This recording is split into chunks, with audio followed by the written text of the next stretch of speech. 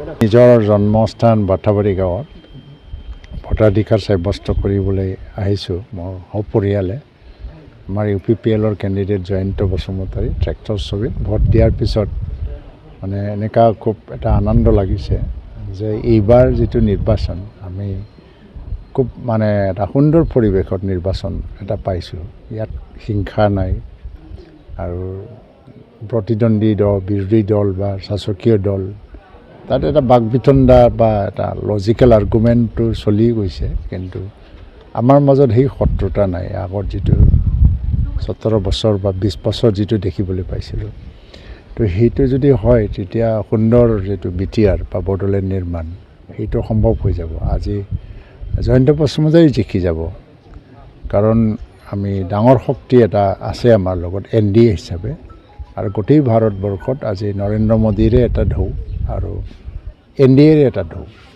তো NDA হিচাপে ভাৰতখন শাসন কৰিবলৈ গৈ আছে। নৰেন্দ্ৰ মোদী আকৌ প্ৰধানমন্ত্ৰী হ'ব গৈ আছে। তেওঁ অসমতো 14টা সমষ্টিৰ পৰা প্ৰায় 12+ মানে আহি আছে, আৰু বাকীটো মানে হয়তো আজিৰ পৰা পিছত আমি গম পাম। ধুবুৰী বা নগাঁও যিবিলাক হিচাপটো আহি আছে, তো এইখন গাঁৱতো বিৰোধী দলৰো আছে, চব দলৰে আছে। মই কিমান কোনে ভোট পাব সেইটো মই ক'ব নোৱাৰোঁ, কিন্তু এইটো ভাল এটা সুন্দৰ পৰিৱেশত হৈ গ'ল। আমি জয়ন্ত বসুমতাৰী জিকি যোৱাটো খাটাং। ঠিক